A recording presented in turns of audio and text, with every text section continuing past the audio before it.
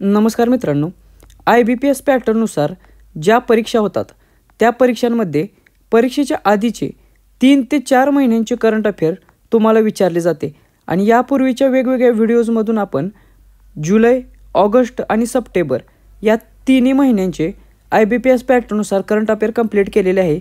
या व्हिडिओमध्ये आपण ऑक्टोबर 2025 या महिन्याचे संपूर्ण करंट अफेअर पाहणार आहोत. चला तर मग सुरू करूया. प्रश्न क्रमांक 1, ग्लोबल हंगर इंडेक्स 2025मध्ये भारताचा क्रमांक कितवा आहे? तर परीक्षेच्या दृष्टिकोनातून हे जे सर्व इंडेक्स आहेत ते खूप महत्त्वाचे आहेत, कारण त्याच्यावरती खूप सारे प्रश्न विचारले जातात. तर ग्लोबल हंगर इंडेक्स 2025मध्ये भारताचा क्रमांक आहे 102वा. त्यामुळे पर्याय क्रमांक 2 हे या प्रश्नाचे योग्य उत्तर असेल. आता याच्याबद्दल अधिक माहिती आपण बघूया की हा जो इंडेक्स आहे तो प्रकाशित कोण करतं? तर कन्सर्न वर्ल्ड वाईड आणि वेल्थ हंगर हेल्प या नावाच्या संस्था आहेत, त्या मिळून एकत्रितपणे हा जो इंडेक्स आहे ग्लोबल हंगर इंडेक्स प्रकाशित करतात. त्यामुळे या संस्थांची नावे लक्षात ठेवा, याच्यावरती देखील प्रश्न विचारला जाऊ शकतो. त्याचबरोबर आपण आत्ताच पाहिलं की 2025मध्ये भारताचा जो क्रमांक होता तो 102वा होता.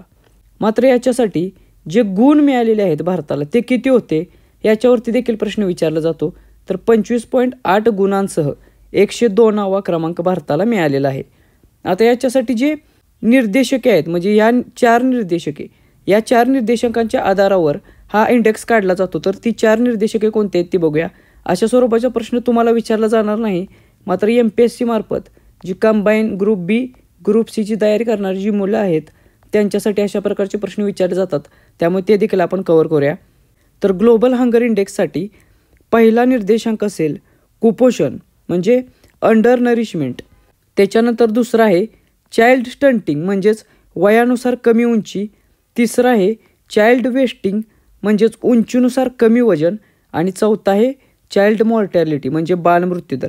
तर या 4 निर्देशकांच्या आधारावर हा इंडेक्स तयार केला जातो. त्यामुळे हे 4 निर्देशांक देखील लक्षात ठेवा.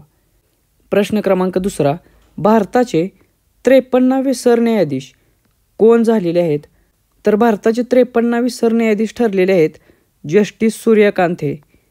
त्यामुळे या प्रश्नाचे उत्तर आहे पर्याय क्रमांक 3 हे. जस्टिस सूर्यकांत यांनी 24 नोव्हेंबर रोजी आपल्या पदाची शपथ घेतलेली आहे, म्हणजे कालच्या दिवशी. त्यामुळे ही तारीख देखील तुम्हाला माहीत असणं आवश्यक आहे.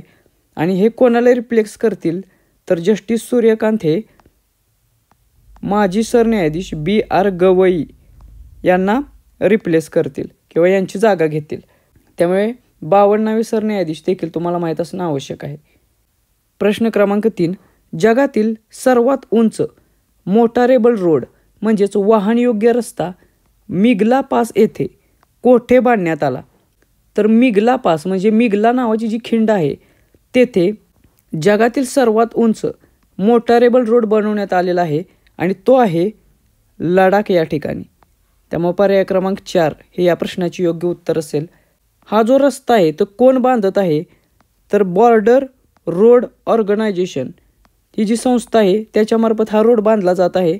आणि हा जो रोड आहे तो जवळपास 19,400 फूट एवढ्या उंचीवर बांधला जात आहे. त्यामुळे तो जगातील सर्वात उंच मोटारेबल रोड असणार आहे. प्रश्न क्रमांक 4, भारताचा पहिला काच किंवा ग्लास सस्पेन्शन ब्रिज कोणत्या शहरात बांधला जात आहे? तर भारतातील पहिलाच काच सस्पेन्शन ब्रिज बांधला जात आहे ऋषिकेश या शहरामध्ये. त्यामुळे पर्याय क्रमांक 2 हे याचे योग्य उत्तर असेल. हे कोठे आहे? तर हे आहे उत्तराखंड या राज्यामध्ये. त्यामुळे राज्याचे नाव देखील तुम्हाला माहीत असणं आवश्यक आहे, कारण शहराच्या ठिकाणी राज्य देखील तुम्हाला ते विचारू शकतात. त्याचबरोबर हा जो ब्रिज आहे तो कोणत्या नदीवर आहे असा देखील प्रश्न येऊ शकतो. तर हा ब्रिज गंगा नदीवरती आहे. त्यामुळे हे देखील लक्षात ठेवा. प्रश्न क्रमांक 5, आशियान शिखर परिषद 2025मधील 46वी आणि 47वी परिषदेचे कोणत्या देशाने यजमानपद भूषवले? तर अशा प्रकारे ज्या काही शिखर परिषदा होतात इंटरनॅशनल लेवलच्या, त्याच्या यजमानपद किंवा होस्ट कंट्री कोणते आहे त्याच्यावरती खूप सारे प्रश्न विचारले जातात. तर आशियान शिखर परिषद 2025 जी झाली त्याचे यजमानपद भूषवले होते मलेशिया या देशाने. त्यामुळे पर्याय क्रमांक 2 हे याचे योग्य उत्तर असेल. आता याच्याबद्दल अधिक माहिती आपण बघूया की 46वे आणि 47वे आशियान शिखर संमेलन 2025 पार पडलेले होते मलेशियामधील क्वालालंपूर या ठिकाणी. त्यामुळे ठिकाण लक्षात ठेवा. डायरेक्ट ठिकाण देखील तुम्हाला ते पेपरमध्ये विचारू शकतात. याचे अध्यक्षस्थान कोणी भूषवले होते तर मलेशियाचे पंतप्रधान अनवर इब्राहिम यांनी याचे अध्यक्षस्थान भूषवलेले होते.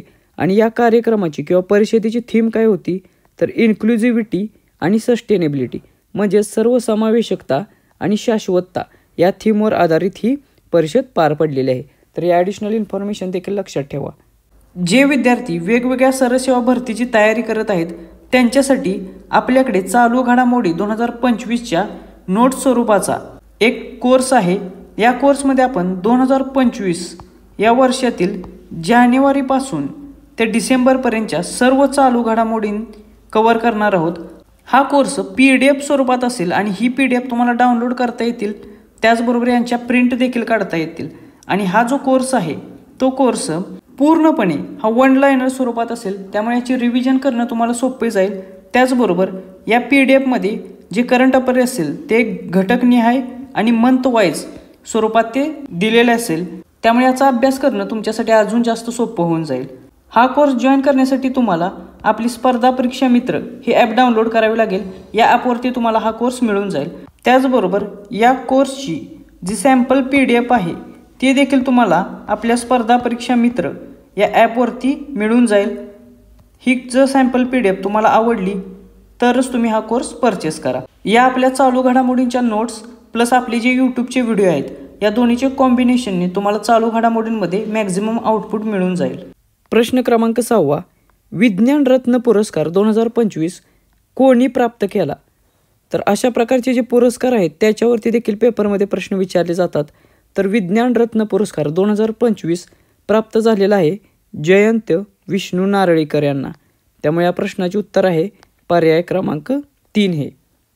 प्रश्न क्रमांक 7 फिल्मफेअर पुरस्कार 2025 मध्ये सर्वोत्कृष्ट चित्रपटाचा पुरस्कार कोणत्या चित्रपटाने जिंकला तर जे नुकतेच पार पडलेले फिल्मफेअर अवॉर्ड्स 2025 होते याच्यामध्ये सर्वोत्कृष्ट चित्रपटाचा पुरस्कार मिळालेला आहे लापता लेडीज या चित्रपटाला. त्यामुळे पर्याय क्रमांक 3 हे या प्रश्नाचे योग्य उत्तर असेल. आता याच्या संबंधी अधिक माहिती आपण बघूया की हे जे फिल्मफेअर अवॉर्ड्स होते ते 17वे फिल्मफेअर अवॉर्ड्स होते 2025चे. आणि याच्या संबंधित काही महत्त्वाचे विजेते बघूया की ज्याच्यावरती परीक्षेमध्ये प्रश्न विचारले जातील. तर आत्ताच आपण पाहिलेलं की सर्वोत्कृष्ट चित्रपट हा पुरस्कार मिळालेला आहे लापता लेडीज या सिनेमाला.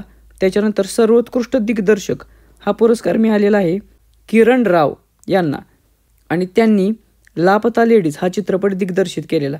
त्यामुळे या चित्रपटासाठी त्यांना सर्वोत्कृष्ट दिग्दर्शिका म्हणून अवॉर्ड मिळालेला आहे. त्यानंतर सर्वोत्कृष्ट अभिनेता पुरुष हा जो पुरस्कार आहे तो विभागून देण्यात आलेला आहे. कार्तिक आर्यन याला चंदू चॅम्पियन या चित्रपटासाठी आणि अभिषेक बच्चन याला आय वॉन्ट टू टॉक या चित्रपटासाठी. त्याच्यानंतर सर्वोत्कृष्ट अभिनेत्री हा जो पुरस्कार आहे तो आलिया भट्ट हिला जिगरा या सिनेमासाठी मिळालेला आहे. त्यामुळे हे जे काही महत्त्वाचे अवॉर्ड्स आहेत ते लक्षात ठेवा. याच्यावरती देखील प्रश्न विचारले जातात. प्रश्न क्रमांक 8 state mining readiness index 2025 category A मध्ये कोणते राज्य हे प्रथम क्रमांकावर राहिलेलं आहे तर अशा प्रकारे स्टेट मायनिंग रेडिनेस इंडेक्स 2025 हा जो इंडेक्स आहे हा पहिल्यांदाच अशा प्रकारचे इंडेक्स जाहीर करण्यात आलेला आहे. आणि याच्यामध्ये कॅटेगरी A या प्रकारात पहिल्या क्रमांकावर राहिलेले राज्य आहे मध्य प्रदेश. त्यामुळे या प्रश्नाचे उत्तर आहे पर्याय क्रमांक 2 हे. आता याच्या संबंधी अधिक माहिती आपण बघूया की हा जो स्टेट मायनिंग इंडेक्स आहे तो कोण प्रकाशित करतं तर मिनिस्ट्री ऑफ माइन्स म्हणजेच खाण किंवा खाणकाम मंत्रालयामार्फत अशा प्रकारचे इंडेक्स तयार केलेला आहे. हा अशा प्रकारचा पहिलाच इंडेक्स आहे. आणि याच्यामध्ये कॅटेगरी A मध्ये पहिल्या क्रमांकावर असलेलं राज्य मध्य प्रदेश आहे. कॅटेगरी B मध्ये पहिल्या क्रमांकावर असलेलं राज्य गोवा आहे. कॅटेगरी C मध्ये पहिल्या क्रमांकावर असलेलं राज्य पंजाब आहे. त्यामुळे तिन्ही कॅटेगरी आणि याच्यातील पहिल्या क्रमांकावरचे राज्य लक्षात ठेवा. सर्वात जास्त महत्त्वाची कॅटेगरी असेल कॅटेगरी A ही. प्रश्न क्रमांक 9 8वा केंद्रीय वेतन आयोग 2025चे अध्यक्षपद कोणी भूषवले? तर 8व्या केंद्रीय वेतन आयोगाचे अध्यक्षपद भूषवले होते रंजना प्रकाश देसाई यांनी. त्यामुळे या प्रश्नाचे उत्तर आहे पर्याय क्रमांक 1 हे. हा जो केंद्रीय वेतन आयोग आहे तो दर 10 वर्षांनी स्थापन केला जातो. कोणामार्फत? तर जे आपले फायनान्स मिनिस्ट्री म्हणजे वित्त मंत्रालय आहे त्याच्या अंतर्गत जो खर्च विभाग असतो त्याच्यामार्फत हा आयोग स्थापन केला जातो. याचं काम काय असतं तर जवळपास केंद्र सरकारच्या आधिपत्याखाली जे कर्मचारी असतात त्यांचे पगार, भत्ते आणि त्यांची पेन्शन डिसाईड करण्यासाठी हा आयोग स्थापन केला जातो. आणि हा जो 8वा केंद्रीय वेतन आयोग आहे त्यांनी ज्या तरतुदी सांगितलेल्या आहेत त्या 1 जानेवारी 2026 पासून इम्प्लिमेंट करायची घोषणा केलेली आहे. त्यामुळे ही तारीख देखील लक्षात ठेवा. याच्यावरती देखील पेपरमध्ये प्रश्न येऊ शकतो. प्रश्न क्रमांक 10. जागतिक स्तरावर एकूण वनक्षेत्राच्या बाबतीत भारताचा क्रमांक कितवा आहे? तर जागतिक स्तरावरती एकूण वनक्षेत्राच्या बाबतीत भारताचा क्रमांक आहे 9वा. त्यामुळे या प्रश्नाचे उत्तर आहे पर्याय क्रमांक 2 हे. आता हा खूप महत्त्वाचा डेटा आहे. हा जो रिपोर्ट आहे त्याचे नाव आहे ग्लोबल फॉरेस्ट रिसोर्सेस असेसमेंट 2025 आणि हा जाहीर केलेला आहे फूड अँड ॲग्रिकल्चर ऑर्गनायझेशनने. त्यामुळे ह्या दोन्ही गोष्टी लक्षात ठेवा. आणि याच्यानुसार वनक्षेत्र जे आहे त्याच्यानुसार सर्वात जास्त वनक्षेत्र असलेला देश ठरलेला आहे रशिया आणि दुसऱ्या क्रमांकावर आहे ब्राझील. आणि वनक्षेत्रानुसार भारताचा क्रमांक हा 9वा आहे. आणि भारताचे एकूण वनक्षेत्र किती आहे ते देखील आपल्याला माहीत असणं आवश्यक आहे. तर या रिपोर्टनुसार 72.7 दशलक्ष हेक्टर एवढे वनक्षेत्र भारताचे आहे आणि त्यानुसारच भारताचा 9वा क्रमांक जगामध्ये लागतो. त्यामुळे ही इन्फॉर्मेशन लक्षात ठेवा. अशा प्रकारच्या डेटावरती 100% प्रश्न विचारले जातात. प्रश्न क्रमांक 11. 2025 फिफा अंडर-20 विश्वचषक कोणत्या देशाने जिंकलेला आहे? तर 2025चा फिफा अंडर-20 वर्ल्ड कप जो आहे तो जिंकलेला आहे मोरोक्को या देशाने आणि हे या देशाचे पहिलेच विजेतेपद आहे. त्यामुळे पर्याय क्रमांक 4 हे याचे योग्य उत्तर असेल.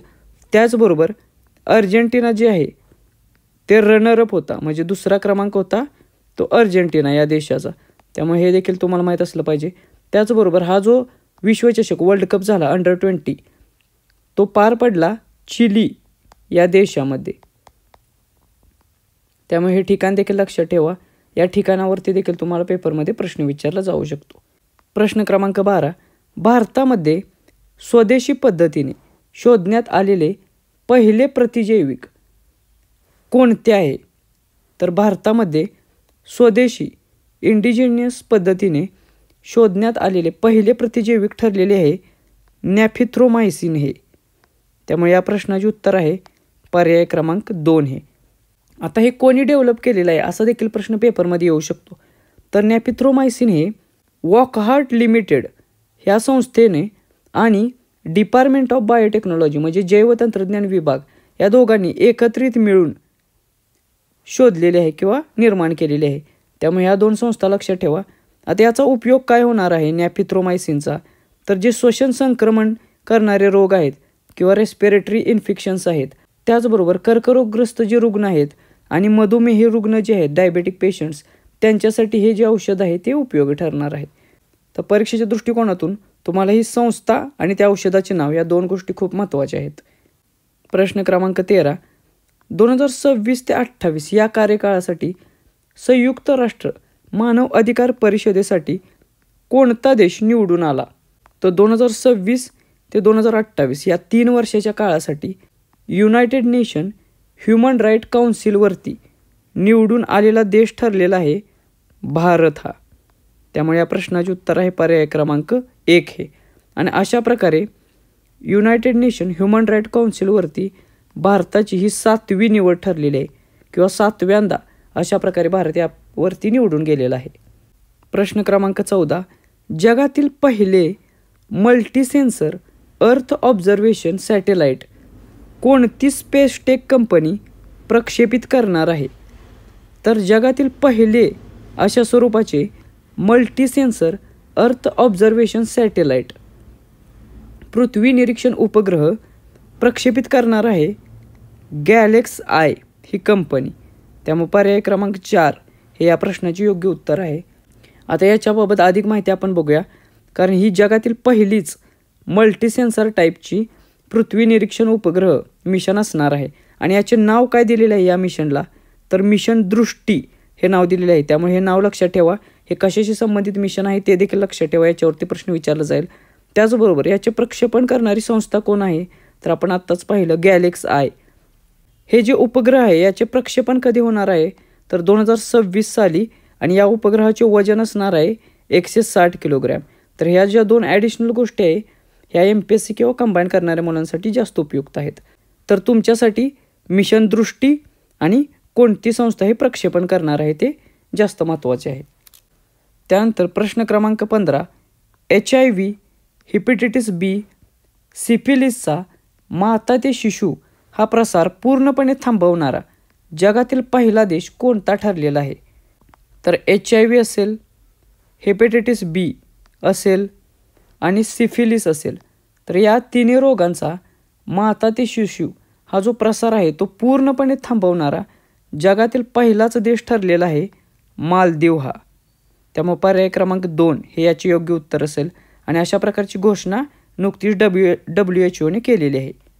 त्यानंतर प्रश्न क्रमांक 16, भारताचे पहिले सेमीकंडक्टर इनोव्हेशन संग्रहालय कोणत्या शहरात उघडण्यात आलेले आहे. तर भारताचे पहिले सेमीकंडक्टर इनोव्हेशन संग्रहालय हैदराबाद या शहरामध्ये उघडण्यात आले. त्यामुळे पर्याय क्रमांक 2 हे याचे योग्य उत्तर असेल.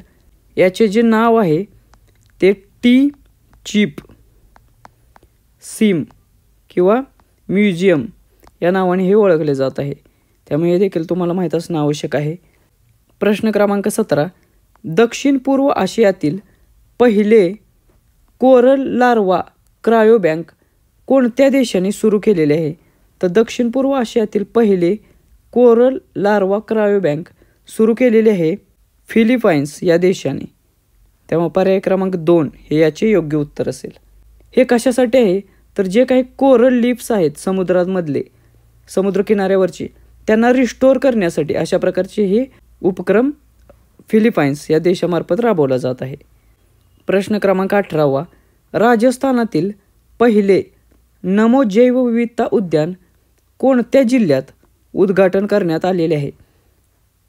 तर राजस्थानमधील पहिले नमो जैवविविधता उद्यान ज्याचे नाव हे नमो वन असे ठेवण्यात आलेले आहे, नमो वन. आणि याचे उद्घाटन करण्यात आलेले आहे अलवार या जिल्ह्यामध्ये. त्यामुळे पर्याय क्रमांक 2 हे याचे योग्य उत्तर असेल. आणि या उद्यानाचे नाव असेल नमो वन हे. त्यामुळे हे नाव देखील लक्षात ठेवा.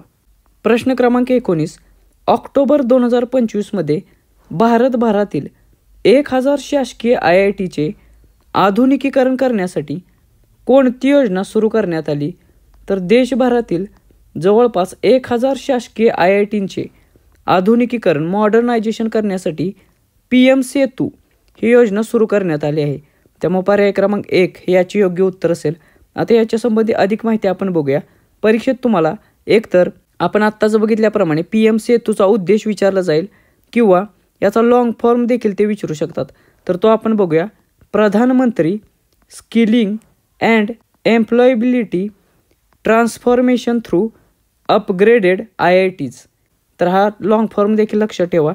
ही जी योजना किंवा उपक्रम आहे तो कोणी लॉन्च केलेला आहे, तर देशाचे पंतप्रधान नरेंद्र मोदी यांच्या हस्ते हा लॉन्च करण्यात आलेला आहे. त्यामुळे हे देखील लक्षात ठेवा. त्याचबरोबर याचे बजेट जे आहे ते 60,000 कोटींचे बजेटची तरतूद याच्यासाठी करण्यात आलेली आहे. प्रश्न क्रमांक 20, DRDOद्वारे विकसित केलेल्या भारताच्या पुढील पिढीतील हायपरसॉनिक ग्लाइड वाहनाचे नाव काय आहे. तर नेक्स्ट जनरेशन हायपरसॉनिक ग्लाइड व्हेकलचे नाव आहे ध्वनी असे. त्यामुळे पर्याय क्रमांक 2 हे याचे योग्य उत्तर असेल. आणि ह्या जो ध्वनी आहे हायपरसॉनिक ग्लाइड व्हेकल याचे स्पीड हे मॅक 5+ आहे. म्हणजे ध्वनीच्या वेगाच्या 5 पट जास्त एवढे याचे स्पीड असणार आहे. त्याचबरोबर याची जी रेंज आहे ती रेंज देखील तुम्हाला माहीत असणं आवश्यक आहे. तर याची रेंज ही 6,000 किलोमीटर ते 10,000 किलोमीटर एवढी याची रेंज असणार आहे. त्यानंतर प्रश्न क्रमांक 21, डाळी उत्पादनातील आत्मनिर्भरतेसाठी सुरू करण्यात आलेल्या मिशनसाठी एकूण किती निधी मंजूर करण्यात आलेला आहे? तर डाळींच्या उत्पादनाच्या बाबतीत आत्मनिर्भरता प्राप्त करण्यासाठी जवळपास 11,440 कोटी रुपयांची मिशन सुरू करण्यात आले होते. त्यामुळे पर्याय क्रमांक 1 हे याचे योग्य उत्तर असेल. आता याच्या संबंधी अधिक माहिती आपण बघूया. हे जे मिशन आहे ते देशाचे पंतप्रधान नरेंद्र मोदी यांनी लॉन्च केलेले. या मिशनचा कालावधी असणार आहे 2025-26 ते 2030-31 म्हणजे जवळपास 6 वर्ष. एकूण निधी आपण मगाशीच पाहिला 11,440 कोटी रुपयांची तरतूद करण्यात आलेली आहे. आणि सर्वात महत्त्वाचे म्हणजे हे जे मिशन आहे डाळींच्या उत्पादनात आत्मनिर्भरता, त्याच्यामध्ये तूर डाळ, उडीद डाळ आणि मसूर डाळ याच्यावरती जास्त फोकस करण्यात आलेला आहे. त्यामुळे या 3 डाळी लक्षात ठेवा. आणि 2031पर्यंत डाळ उत्पादनाचे लक्ष ठेवण्यात आलेले आहे 350 लाख टन एवढे. त्यामुळे या 3-4 गोष्टी लक्षात ठेवा. याच्यातील कोणत्याही गोष्टीवरती पेपरमध्ये प्रश्न विचारला जाऊ शकतो.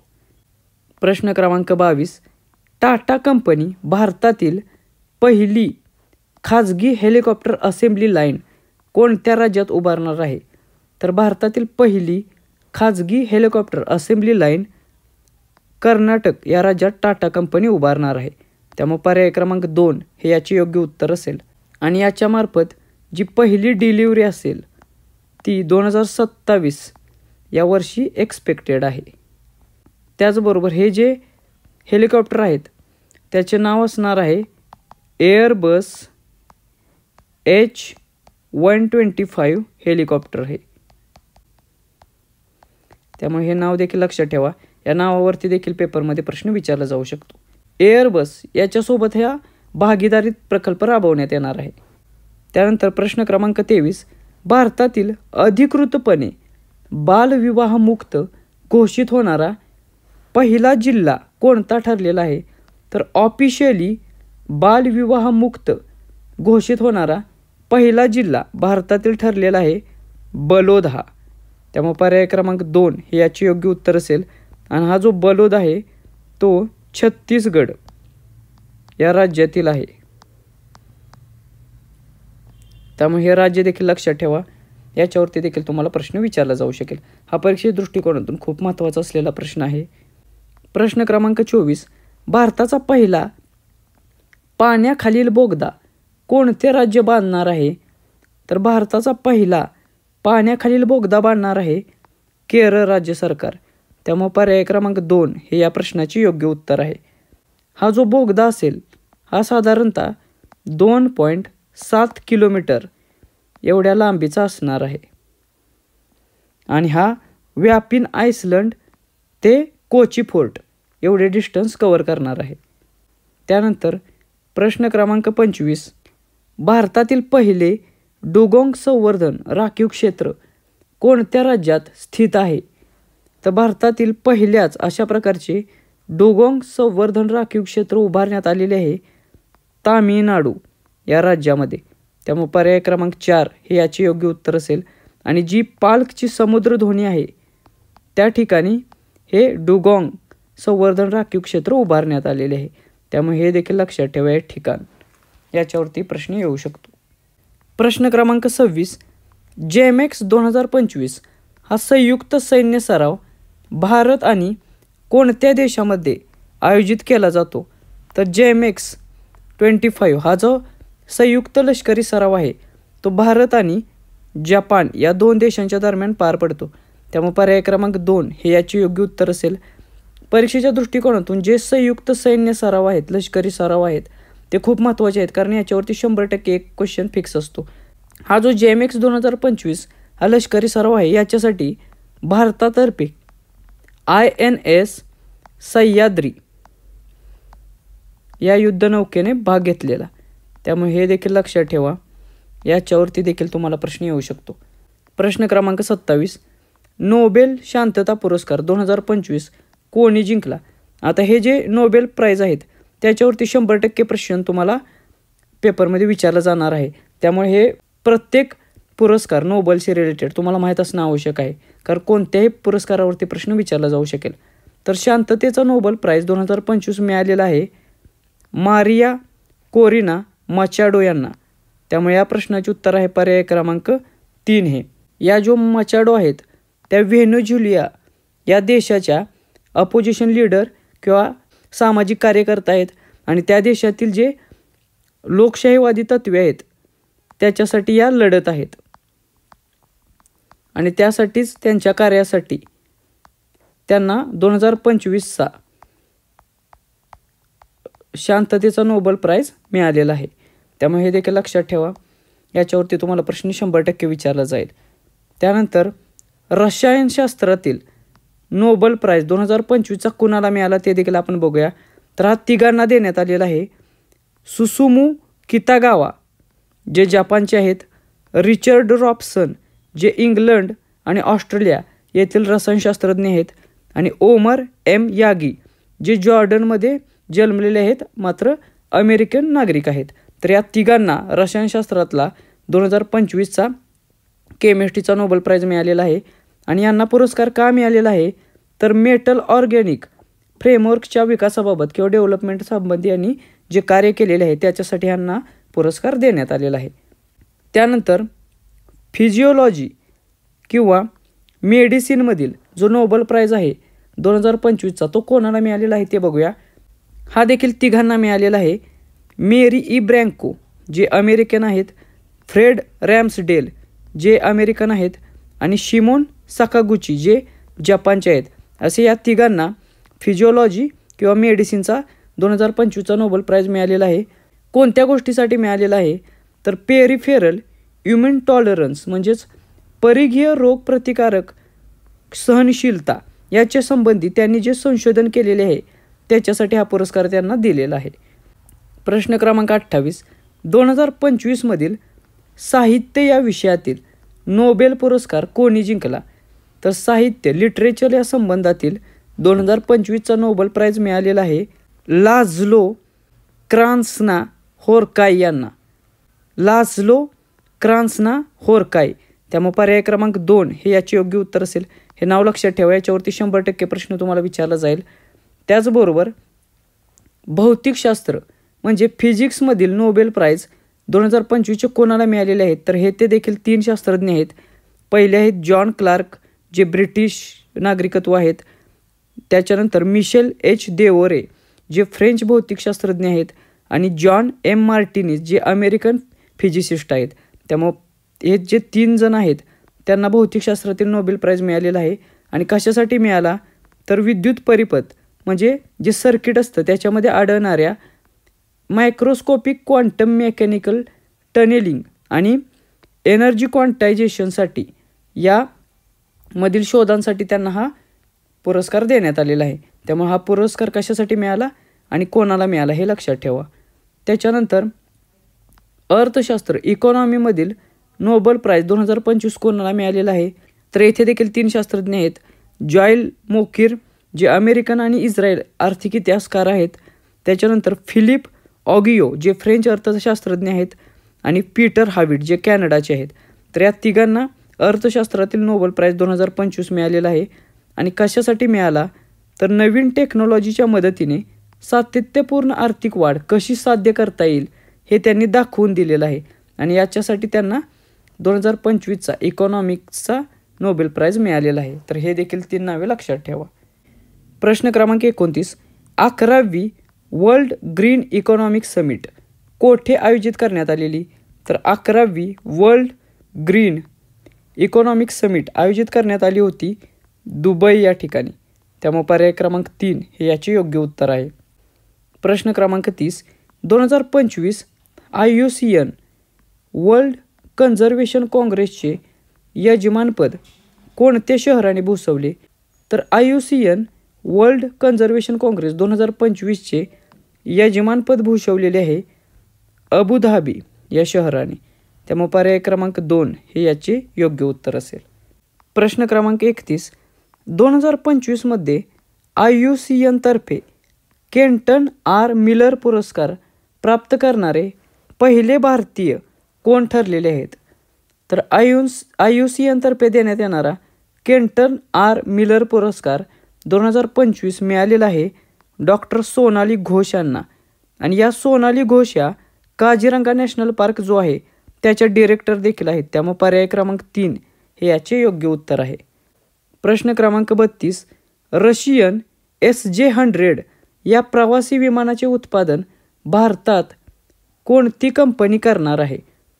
तर SJ-100 या रशियन प्रवासी विमानाचे भारतात उत्पादन घेण्यात येणार आहे आणि हे उत्पादन हिंदुस्तान एरोनॉटिक्स लिमिटेड HAL या संस्थेमार्फत घेण्यात येणार आहे.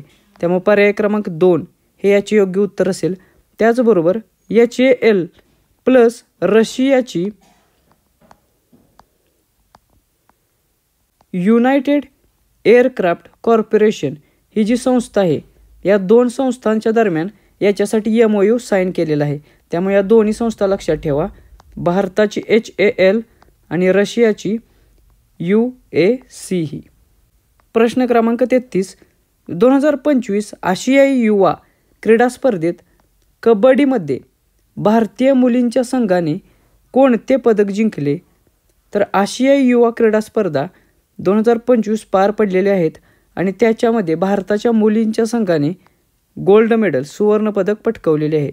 त्यामुळे पर्याय क्रमांक 3 हे याचे योग्य उत्तर असेल. आता याच्यासंबंधी अधिक माहिती बघूया. परीक्षेमध्ये तुम्हाला 2025 आशियाई युवा क्रीडा स्पर्धा कोठे पार पडल्या असा प्रश्न विचारला जाईल. तर ह्या स्पर्धा बहरीन या देशामध्ये पार पडलेल्या आहेत. या स्पर्धेमध्ये सर्वाधिक पदके हे ऑब्वियसली चीन या देशाने पटकावलेले आहेत. त्याच्यानंतर भारताचा जो क्रमांक आहे तो पदक तालिकेमध्ये 6वा आहे आणि भारताने एकूण 48 पदके पटकावलेले आहेत. आणि विशेष बाब म्हणजे भारताच्या मुलांचा आणि मुलींचा जो कबड्डीचा संघ आहे या दोघांनी गोल्ड मेडल पटकावलेलं आहे. त्यामुळे याच्यावरती प्रश्न विचारण्याची शक्यता खूप जास्त आहे. त्यानंतर प्रश्न क्रमांक 34, मंथा या चक्रीवादळाला नाव कोणत्या देशाने दिलेले आहे? तर मंथा हे जे चक्रीवादळ होते ते ऑक्टोबरच्या शेवटच्या आठवड्यात भारताला धडकलेले आणि हे चक्रीवादळाचे नाव मंथा हे देण्यात आले होते थायलंड या देशातर्फे. त्यामुळे पर्याय क्रमांक 1 हे याचे योग्य उत्तर असेल. आणि भारताचा जो पूर्व किनारपट्टी आहे त्याच्यामधील आंध्र प्रदेश, तमिळनाडू, ओडिसा या राज्यांना याचा फटका बसलेला होता. प्रश्न क्रमांक 35, वर्ल्ड्स बेस्ट कंझ्युमर बँक 2025 हा पुरस्कार कोणत्या बँकेला प्राप्त झाला? तर वर्ल्ड्स बेस्ट कंझ्युमर बँक 2025 हा पुरस्कार मिळालेला आहे स्टेट बँक ऑफ इंडिया SBIला. त्यामुळे पर्याय क्रमांक 2 हे याचे योग्य उत्तर असेल. आणि हा जो पुरस्कार आहे तो कोणामार्फत देण्यात आलेला आहे? तर ग्लोबल फायनान्स या संस्थेमार्फत हा पुरस्कार देण्यात आलेला आहे. त्यामुळे हे देखील नाव लक्षात ठेवा या संस्थेचे. प्रश्न क्रमांक 36, COP10 ब्युरो ऑन अँटी डोपिंगच्या उपाध्यक्ष म्हणजेच व्हाईस चेअरपर्सन पदासाठी कोणता देश पुनर्निवडून आलेला आहे?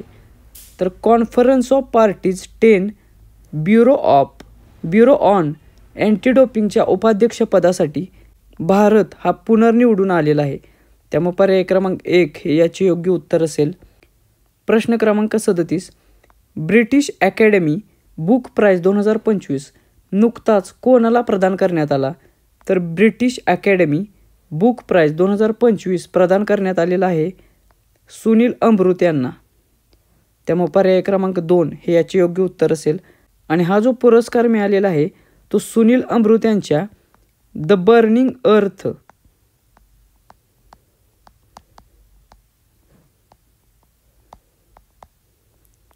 या पुस्तकासाठी मिळालेला आहे. त्यामुळे या पुस्तकाचे नाव देखील लक्षात ठेवा. याच्यावरती देखील तुम्हाला पेपरमध्ये प्रश्न विचारला जाऊ शकतो. प्रश्न क्रमांक 38, श्रीवर्धन बीच हा कोणत्या राज्यामध्ये स्थित आहे? तर आपल्याला माहीत आहे श्रीवर्धन बीच जो आहे तो महाराष्ट्र या राज्यामध्ये आहे. त्यामुळे पर्याय क्रमांक 3 हे याचे योग्य उत्तर असेल. तर हा का चर्चेतला मुद्दा आहे? तर महाराष्ट्रातील 5 समुद्र किनाऱ्यांना ब्लू फ्लॅग हे प्रमाणपत्र मिळालेले आहे आता ते 5 कोणते आहेत समुद्रकिनारे ते बघूया आपण. श्रीवर्धन बीच जो रायगड जिल्ह्यात आहे, त्याचबरोबर नागाव बीच जो रायगड जिल्ह्यात आहे, म्हणजे रायगड जिल्ह्यातील दोघांना ब्लू फ्लॅग प्रमाणपत्र मिळालेले आहे. त्यानंतर रत्नागिरी जिल्ह्यातील गुहागर आणि लाडगर ह्या 2 बीचला ब्लू फ्लॅग हे प्रमाणपत्र मिळालेले आहे. आणि पालघर जिल्ह्यातील पारनाका बीचला देखील ब्लू फ्लॅग हे प्रमाणपत्र मिळालेले आहे. तर अशा एकूण 5 समुद्रकिनाऱ्यांना महाराष्ट्रातील ब्लू फ्लॅग प्रमाणपत्र मिळालेले आहे. तर आत्ता सध्या भारतामध्ये एकूण 18 समुद्रकिनारे आहेत ज्यांना ब्लू फ्लॅग हे सर्टिफिकेशन प्राप्त झालेले आहे. त्यामुळे महाराष्ट्रातील हे 5ही समुद्रकिनारे लक्षात ठेवा, याच्यावरती तुम्हाला प्रश्न विचारला जाऊ शकेल. प्रश्न क्रमांक 39. परप्रांतीय कामगारांच्या हक्कांमध्ये सुधारणा करण्यासाठी कफाला प्रणाली कोणत्या देशाने रद्द केली? तर कफाला प्रणाली रद्द केलेली आहे सौदी अरेबिया या देशाने. त्यामुळे पर्याय क्रमांक 1 हे याचे योग्य उत्तर असेल. प्रश्न क्रमांक 40. भारतातील अत्यंत दारिद्र्यमुक्त म्हणजेच फ्री फ्रॉम एक्स्ट्रीम पॉवर्टी घोषित होणारे पहिले राज्य कोणते ठरलेले आहे? तर फ्री फ्रॉम एक्स्ट्रीम पॉवर्टी घोषित होणारे पहिले राज्य ठरलेले आहे केरळ हे. त्यामुळे पर्याय क्रमांक 4 हे याचे योग्य उत्तर असेल. प्रश्न क्रमांक 41. भारतातील पहिली रिअल टाईम पुराची भविष्यवाणी करणारी प्रणाली कोणत्या शहरात सुरू करण्यात आलेली आहे? तर भारतातील पहिली रिअल टाईम पूर भविष्यवाणी करणारी प्रणाली सुरू करण्यात आलेली आहे चेन्नई या शहरामध्ये. त्यामुळे पर्याय क्रमांक 3 हे याचे योग्य उत्तर असेल. प्रश्न क्रमांक 42. क्षेत्रीय सेनेमध्ये म्हणजेच टेरिटोरल आर्मीमध्ये लेफ्टनंट कर्नल या मानद हुद्द्यावरती कोणाला नियुक्त केले गेलेले आहे?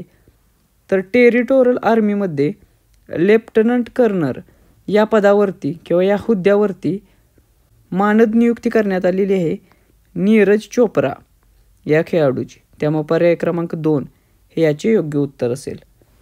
प्रश्न क्रमांक 43.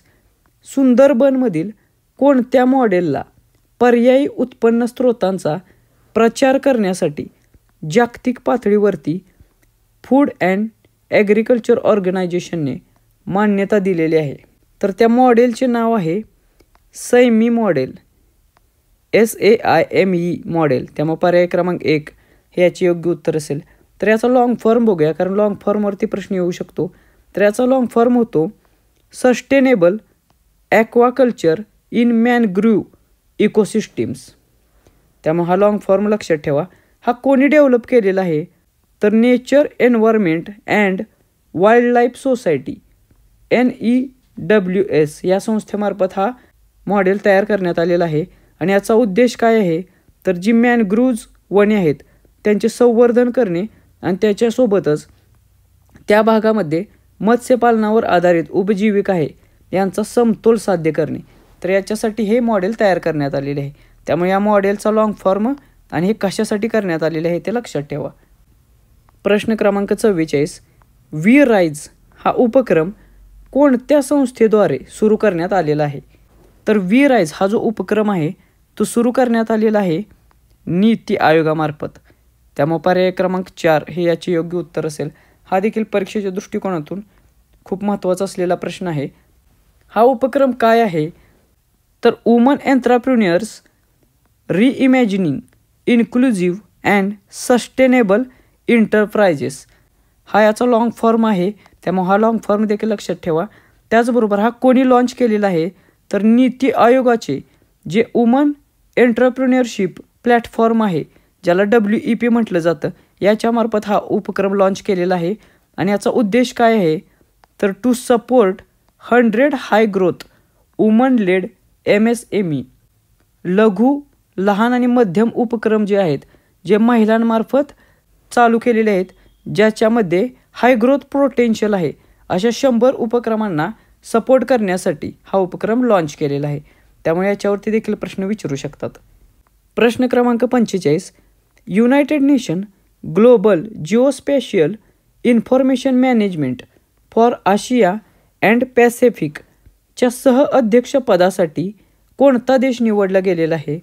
तर United Nation Global Geospatial Information Management for Asia and Pacific याच्या सह अध्यक्षपदासाठी भारताची निवड करण्यात आलेली आहे. त्यामुळे पर्याय क्रमांक 2 हे याचे योग्य उत्तर असेल. आणि ही जी निवड आहे ती 2025 ते 2028 म्हणजे जवळपास 3 वर्षांसाठी ही निवड करण्यात आलेली आहे. प्रश्न क्रमांक 46 सर्वोच्च न्यायालयाच्या नियुक्ती समितीचा म्हणजेच अपॉइंटेड कमिटीचा पहिला ट्रान्सजेंडर सदस्य कोण ठरलेला आहे? तर सुप्रीम कोर्टाच्या अपॉइंटेड कमिटीचा पहिला ट्रान्सजेंडर सदस्य ठरलेला आहे अक्काई पद्मशाली हा. त्यामुळे पर्याय क्रमांक 2 हे याचे योग्य उत्तर असेल. आणि ही जी कमिटी आहे ही ट्रान्सजेंडरांच्या हक्कासंबंधीच कमिटी आहे आणि याच्यावरती अक्काई पद्मशाली यांची नियुक्ती करण्यात आलेली आहे. प्रश्न क्रमांक 47 भारताने INROKN हा नौसैनिक सराव कोणत्या देशासह केला? तर हा जो नौसैनिक सराव आहे तो आहे भारत आणि दक्षिण कोरिया या 2 देशांच्या दरम्यान. इंडिया आणि रिपब्लिक ऑफ कोरियन नेव्ही. त्यामुळे पर्याय क्रमांक 1 हे याचे योग्य उत्तर असेल. प्रश्न क्रमांक 48 भारताने समुद्रशक्ती 2025 हा सराव कोणत्या देशासह केला? तर हा जो समुद्रशक्ती सराव आहे तो भारत आणि इंडोनेशिया या 2 देशांच्या दरम्यान पार पडतो. त्यामुळे पर्याय क्रमांक 2 हे याचे योग्य उत्तर असेल. प्रश्न क्रमांक 49 पेमेंट्स अँड हेल्थ ट्रॅकिंग करण्यासाठी सक्षम असलेली रिंग 1 ही स्मार्ट रिंग कोणत्या IITने विकसित केलेली आहे? तर पेमेंट करणे त्याचबरोबर हेल्थ ट्रॅकिंग करण्यासाठी सक्षम असलेली रिंग 1 ही स्मार्ट रिंग IIT मद्रास या संस्थेद्वारे विकसित करण्यात आलेली आहे. त्यामुळे पर्याय क्रमांक 4 हे याचे योग्य उत्तर असेल. आता ही जी IIT मद्रासद्वारे विकसित करण्यात आलेली स्मार्ट रिंग आहे याला national payment corporation of India म्हणजेच NPCIने मदत केलेली आहे किंवा पार्टनर आहे NPCI याच्यामध्ये. त्यामुळे हे देखील लक्षात ठेवा, कारण पेमेंट सक्सेस करायचं असेल तर NPCIची तुम्हाला मदत घ्यावी लागते. प्रश्न क्रमांक 50 अलीकडे भारतीय सरकारने कोणत्या कंपनीला मिनीरत्न कॅटेगरी 1चा दर्जा दिलेला आहे? तर ऑक्टोबर 2025 मध्ये हिंदुस्तान शिपयार्ड लिमिटेड या कंपनीला भारत सरकारद्वारे मिनीरत्न कॅटेगरी 1चा दर्जा देण्यात आलेला आहे. त्यामुळे पर्याय क्रमांक 2 हे याचे योग्य उत्तर असेल. आणि हे जे शिपयार्ड आहे ते कुठे आहे? तर विशाखापट्टणममध्ये.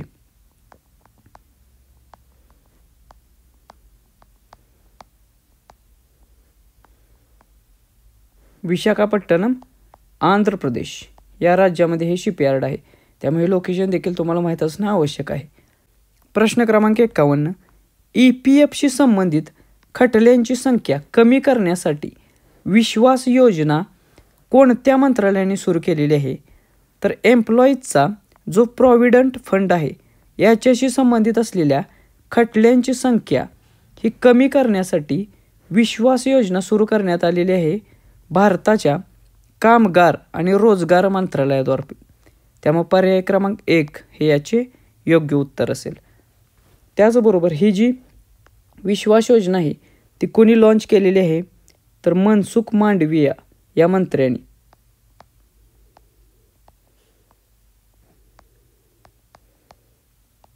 त्यामुळे हे मंत्र्यांचे नाव देखील लक्षात ठेवा. परीक्षेत तुम्हाला डायरेक्ट यांच्यावर नावावरती देखील प्रश्न विचारला जाऊ शकेल. प्रश्न क्रमांक 52 CM फ्लाईट हा उपक्रम कोणत्या राज्यात सुरू करण्यात आलेला आहे? तर CM फ्लाईट हा जो उपक्रम आहे तो सुरू करण्यात आलेला आहे आसाम राज्य सरकारमार्फत. त्यामुळे पर्याय क्रमांक 3 हे याचे योग्य उत्तर आहे. आता परीक्षेत तुम्हाला एकतर हा उपक्रम कोणत्या राज्याचा आहे असं विचारलं जाईल किंवा याचा लॉंग फॉर्म विचारला जाईल. तर CM फ्लाईटचा लॉंग फॉर्म होतो chief ministers foreign language initiative for global human talent हे. त्यामुळे हा लॉंग फॉर्म लक्षात ठेवा. आणि हा लॉन्च केलेला आहे आसामचे मुख्यमंत्री हिमंता बिस्वा शर्मा यांच्याद्वारे. त्यामुळे ही ॲडिशनल इन्फॉर्मेशन लक्षात ठेवा. प्रश्न क्रमांक 53 भारताने ऑस्ट्रा हिंद 2025 हा सराव कोणत्या देशासह केला? तर आपल्याला नावामध्येच आयडिया येते ऑस्ट्रा हिंद हा जो सराव आहे तो ऑस्ट्रेलिया आणि हिंद म्हणजे भारत, हिंदुस्थान या 2 देशांच्या दरम्यान पार पडतो. त्यामुळे पर्याय क्रमांक 4 हे याचे योग्य उत्तर आहे. प्रश्न क्रमांक 54. अलीकडेच कोणत्या आदिवासी समुदायाने 72% साक्षरता दर गाठलेला आहे? तर त्या आदिवासी समुदायाचे नाव आहे सिद्धी आदिवासी समुदाय. त्यामुळे पर्याय क्रमांक 2 हे याचे योग्य उत्तर असेल. त्याच्यानंतर प्रश्न क्रमांक 55. भारताच्या लघु उद्योगांसाठी पहिली कॉमर्स आयडेंटिटी QR माय बिझनेस QR कोणत्या बँकेने सुरू केलेला आहे? तर माय बिझनेस QR हा भारताच्या लघु उद्योगांसाठी सुरू केलेला आहे HDFC बँकेने. त्यामुळे पर्याय क्रमांक 3 हे या प्रश्नाचे योग्य उत्तर आहे. प्रश्न क्रमांक 56. पर्पल फेअर 2025 हा कोणत्या राज्यात सुरू करण्यात आलेला आहे? तर पर्पल फेअर 2025 हा सुरू करण्यात आला होता गोवा या राज्यामध्ये. त्यामुळे पर्याय क्रमांक 4 हे याचे योग्य उत्तर आहे. प्रश्न क्रमांक 57. भारतीय सैन्याने BEL सोबत संयुक्तपणे कोणती स्वदेशी अँटी ड्रोन प्रणाली सुरू केलेली आहे? तर बेल सोबत भारतीय सैन्याने संयुक्तपणे सक्षम ही स्वदेशी अँटी ड्रोन प्रणाली सुरू केलेली आहे. त्यामुळे पर्याय क्रमांक 1 हे याचे योग्य उत्तर आहे. प्रश्न क्रमांक 58. भारताचा पहिला मिसेस युनिव्हर्स हा खिताब कोणी जिंकला? तर पहिला मिसेस युनिव्हर्स हा खिताब जिंकलेला आहे शेरी सिंग यांनी. त्यामुळे पर्याय क्रमांक 2 हे याचे योग्य उत्तर असेल. आणि हा भारताचा पहिलाच मिसेस युनिव्हर्स हा खिताब ठरलेला आहे. त्यामुळे शेरी सिंग हे नाव लक्षात ठेवा.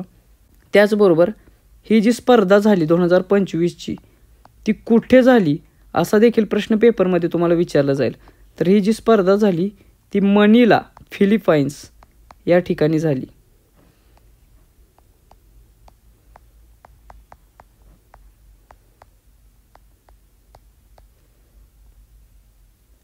त्यामुळे हे ठिकाण लक्षात ठेवा, याच्यावरती प्रश्न विचारले जातात.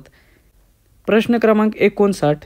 भारतातील पहिल्या commercial electric truck battery swapping व चार्जिंग स्टेशनचे कोणत्या राज्यात उद्घाटन करण्यात आले?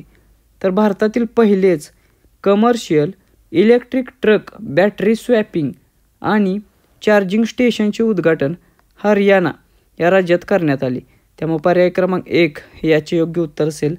हरियाणामधील सोनीपत या ठिकाणी याचे उद्घाटन करण्यात आले होते.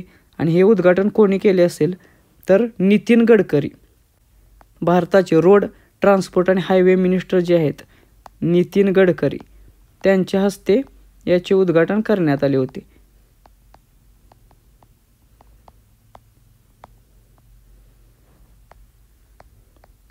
त्यामुळे हे देखील लक्षात ठेवा.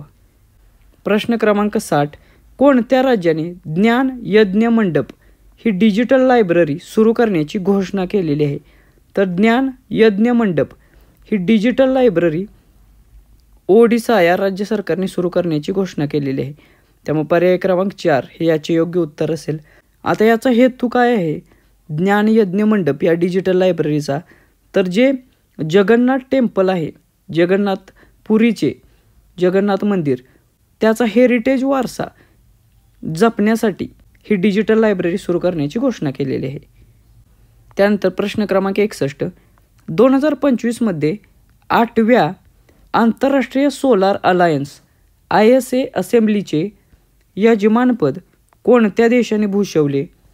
तर हा देखील परीक्षा दृष्टिकोनातून खूप महत्त्वाचा प्रश्न आहे.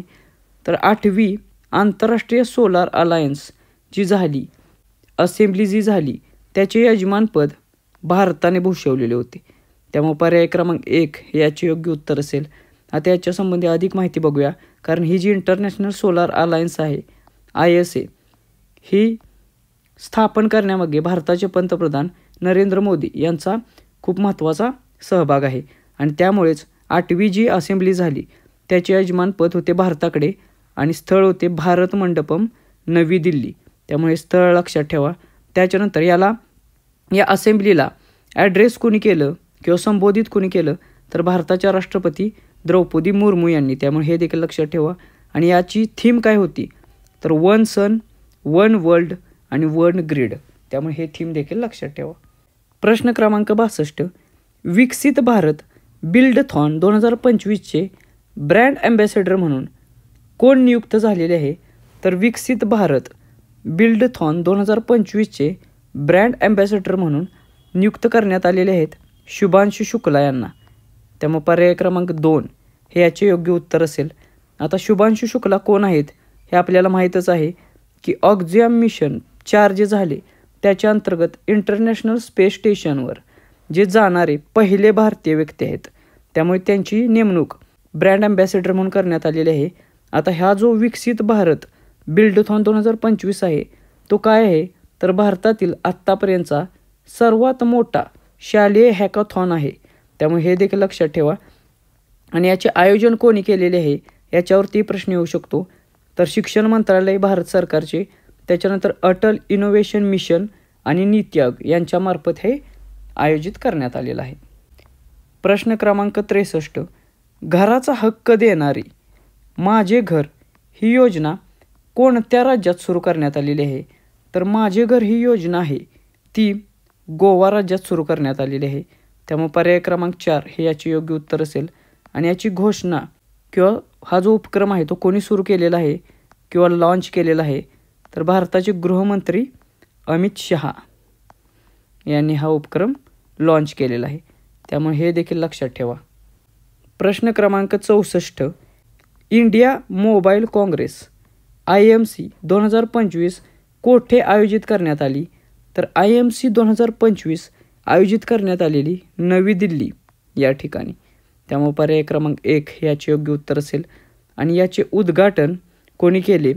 तर देशाचे पंतप्रधान नरेंद्र मोदी यांनी याचे उद्घाटन करण्यात आले होते यांच्या हस्ते.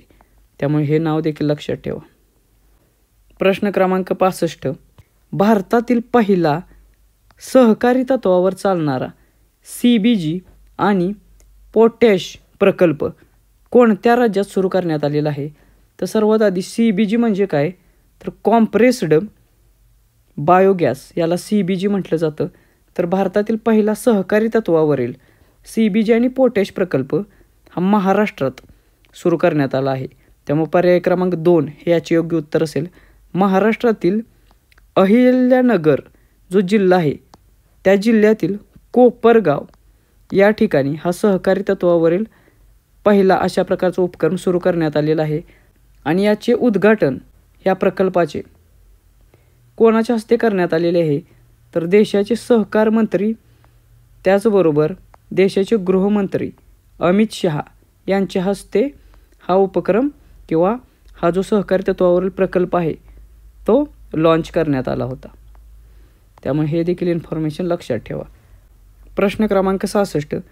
2025 BWF वर्ल्ड ज्युनियर चॅम्पियनशिप बॅडमिंटनमध्ये पदक तालिकेत शीर्षस्थान कोणत्या देशाने पटकावले? तर 2025च्या BWF वर्ल्ड ज्युनियर चॅम्पियनशिप बॅडमिंटनमध्ये शीर्षस्थान पटकावलेले होते चीन या देशाने. त्यामुळे पर्याय क्रमांक 2 हे याचे योग्य उत्तर असेल. आता परीक्षेत तुम्हाला असा प्रश्न विचारला जाईल की वर्ल्ड ज्युनियर चॅम्पियनशिप बॅडमिंटन BWFची कुठे पार पडली?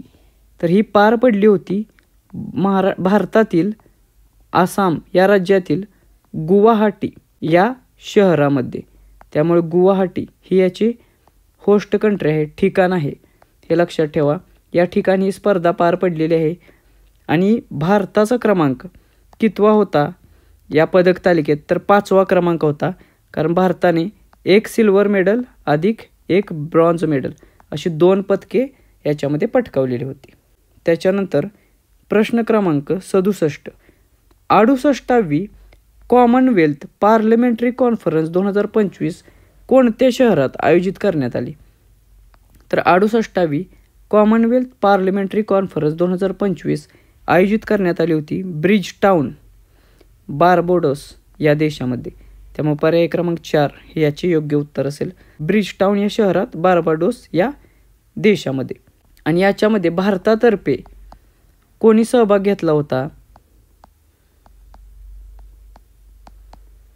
तर भारतातर्फे लोकसभेचे जे अध्यक्ष आहेत, स्पीकर आहेत, ओम बिर्ला यांनी सहभाग घेतला होता. त्यामुळे हे देखील लक्षात असू द्या, याच्यावरती देखील तुम्हाला प्रश्न विचारला जाईल. प्रश्न क्रमांक 68. भारताने कोकण 2025 हा युद्ध सराव कोणत्या देशासह केला? तर कोकण हा जो युद्ध सराव आहे तो भारताचा युनायटेड किंगडम या देशासोबत पार पडतो. त्यामुळे पर्याय क्रमांक 1 हे याचे योग्य उत्तर आहे. त्याच्यानंतर प्रश्न क्रमांक 69. चक्रीवादळ शक्ती याला नाव कोणत्या देशाने दिलेले आहे? तर शक्ती हे जे चक्रीवादळ आहे ते ऑक्टोबरच्या सुरुवातीला आलेले आणि हे जे नाव आहे ते दिलेले आहे श्रीलंका या देशाने. त्यामुळे पर्याय क्रमांक 2 हे याचे योग्य उत्तर असेल. अशा प्रकारचे प्रश्न आहेत ते कंबाईंडला MPSC मार्फत विचारले जातात. तुम्हाला काय विचारले जाईल तर हे जे चक्री चक्रीवादळ आहे ते कोणत्या राज्याला थडकले किंवा कोणत्या किनारपट्टीवर तयार झाले होते? तर भारताच्या पश्चिम किनारपट्टीवरील अरबी समुद्रात हे तयार झाले होते. आणि हे कोणत्या राज्याला याच्यापासून धोका तयार झालेला? तर महाराष्ट्र या राज्याला याच्यापासून धोका निर्माण झाला होता. प्रश्न क्रमांक 70. Mahatma Gandhi and the environment या पुस्तकाचे लेखक कोण आहेत? तर Mahatma Gandhi and the environment या पुस्तकाचे लेखक आहेत TN खोसू. त्याचबरोबर MS जॉन या दोघांचे हे पुस्तक आहे. तर ही दोन्ही नावे लक्षात ठेवा. सर्वात जास्त महत्त्वाचे नाव असेल TN खोसू हे. प्रश्न क्रमांक 71. They will shoot you madam my life through conflict या पुस्तकाचे लेखक कोण आहेत? तर they will shoot you madam my life through conflict या पुस्तकाचे लेखक आहेत हरिंदर बावेजी आहे. त्यामुळे पर्याय क्रमांक 4 याचे योग्य उत्तर असेल. प्रश्न क्रमांक 72. 2025 वर्ल्ड पॅरा ॲथलेटिक्स चॅम्पियनशिपमध्ये पदक तालिकेत शीर्षस्थान कोणत्या देशाने पटकावलेले आहे? तर 2025ची वर्ल्ड पॅरा ॲथलेटिक्स चॅम्पियनशिप जी झाली ती कोठे पार पडली असा देखील प्रश्न विचारला जाईल. तर ही पार पडली होती किंवा याचे ठिकाण कोणते होते? होस्ट सिटी ते होते नवी दिल्ली या ठिकाणी. त्यामुळे ही जी चॅम्पियनशिप आहे ती पार पडली नवी दिल्ली या ठिकाणी. याच्यामध्ये सर्वाधिक पदके मिळालेली आहेत ब्राझील या देशाला. त्यामुळे पर्याय क्रमांक 2 हे याचे योग्य उत्तर असेल. त्याच्यानंतर क्रमांक लागतो चायनाचा. दुसऱ्या नंबरला चायना होता आणि भारताचा जो क्रमांक आहे पदक तालिकेमध्ये तो आहे 10वा आणि भारताने एकूण 22 पदके पटकावलेले आहेत, ज्याच्यामध्ये 6 गोल्ड मेडलचा देखील समावेश होतो. त्याच्यानंतर प्रश्न क्रमांक 73. NIELIT डिजिटल युनिव्हर्सिटी प्लॅटफॉर्मचे उद्घाटन कोणी केले? तर NIELIT या डिजिटल युनिव्हर्सिटीचे प्लॅटफॉर्म जो आहे त्याचे उद्घाटन केले होते अश्विनी वैष्णव या केंद्रीय मंत्र्यांनी. त्यामुळे पर्याय क्रमांक 1 हे याचे योग्य उत्तर असेल. आता परीक्षेत तुम्हाला याचा फुल फॉर्म देखील विचारू शकतात. तर NIELITचा फुल फॉर्म होतो national institute of electronics and information technology. त्यामुळे हा लॉंग फॉर्म देखील लक्षात ठेवा, याच्यावरती देखील प्रश्न विचारले जातात. प्रश्न क्रमांक 74. इंडियन रेडिओ सॉफ्टवेअर आर्किटेक्चर 1.0 कोणत्या संस्थेने जाहीर केले? तर इंडियन रेडिओ सॉफ्टवेअर आर्किटेक्चर 1.0 जाहीर केलेले आहे DRDO या संस्थेमार्फत. त्यामुळे पर्याय क्रमांक 2 हे याचे योग्य उत्तर असेल. हे काय आहे? तर हे इंडियन आर्मीचे मिलिटरी कम्युनिकेशन फ्रेमवर्क आहे. त्याच्यानंतर प्रश्न क्रमांक 75. क्राईम इन इंडिया 2023 हा अहवाल कोणत्या संस्थेने प्रकाशित केला? तर अशा प्रकारच्या अहवालावरती देखील प्रश्न विचारला जातो.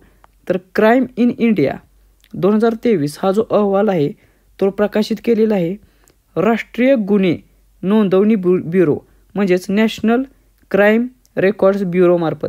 त्यामुळे पर्याय क्रमांक 3 हे याचे योग्य उत्तर असेल.